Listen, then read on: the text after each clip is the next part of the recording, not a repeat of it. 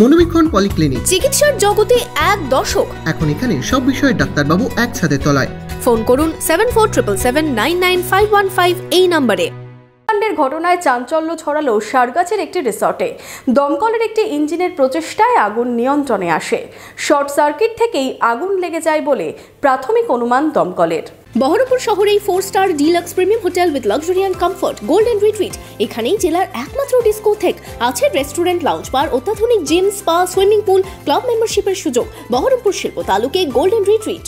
সারগাছিতে জাতীয় সড়কের পাশে একটি রিসর্টে বিধ্বংসী আগুন।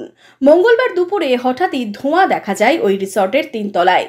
সারগাছি মিশন মোড় সংলগ্ন এলাকায়, পার্ক সংলগ্ন এলাকায় রয়েছে একটি বেসরকারি রিসর্ট। সেখানেই এদিন দুপুরে অগ্নিকাণ্ডের ঘটনা ঘটে। খবর পেয়ে ঘটনাস্থলে পৌঁছয় দমকলের একটি ইঞ্জিন। বেশ কিছুক্ষণের চেষ্টায় আগুন নিয়ন্ত্রণে আসে। শর্ট সার্কিট থেকেই আগুন বলে প্রাথমিক অনুমান দমকলের।